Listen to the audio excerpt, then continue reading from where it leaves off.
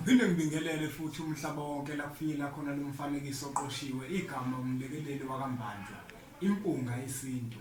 Namuhla ngifisa ukuchaza umehluko phakathi komfazi nenkosikazi. Abantu abaningi bazi ukuthi umfazi nenkosikazi awukho umehluko phakathi kwalezo zinto zombili. Kodwa namuhla ngiyafisa ukuthi ngikucacisele ukuthi ukuphi umehluko. Ngaphambi kokuba ngichaze ukuthi ukuphi umehluko, ngiyafisa ukuthi ngiqale ngidlule la ekuthenini igama umfazi akulona igama elihlambalazayo okanye igama eliyinhlamba, kodwa liyigama lowesifazane okhethekile. Yini ngithi ligama lowesifazane okhethekile? Yingoba umfazi akubizwa noma ubani, kodwa kubizwa owesifazane osuke segane ngokuphelele, waphinde wasina emagcekeni omuzi wendoda.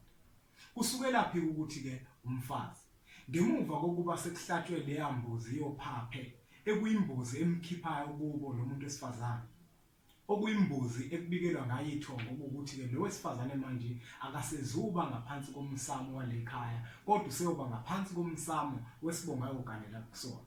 Babethi mabemluleka bese bemtshela ukuthi wena phakathi kwalesibongo usufana nofile. Lo wesifazane ngamafuphi uphenduka umufi azi phakathi kwemuzi kayise okuwumuzi azalelwe kuwo. Kwabe sekuthiwa ke umfazi ngesizathu sokuthi uphenduka umufi azi phakathi kwamagceke omuzi kayise. Lavela kanjalo ke igama lithi umfazi. Yini inkosikazi? Inkosikazi owesifazane ogane inkosi yesizwe.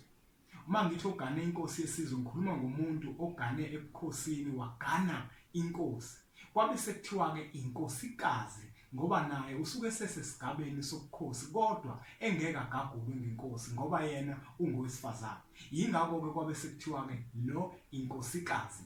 Kodwa ke kuyenzeka umuntu ogane mina ngiyona inkosi naye agcine sebizwa ngenkosikazi. Ubizwa nini ngenkosikazi? Ngenkathi mina enginika inhlonipho nothando nempatho nemfudumalo phakathi kwamagceke omuzi kababa, bese nami ngizizwe sengiyinkosi phakathi komuzi kababa ngempatho anginika yona, yila naye ephenduka khona inkosikazi. Angikageqi amagulu, izitholela incwadi esihloko sithi sithini isintu namava ahlabahlosile ukuze ufunde kabanti bese uqonde ngesintu sethu. Asibonge.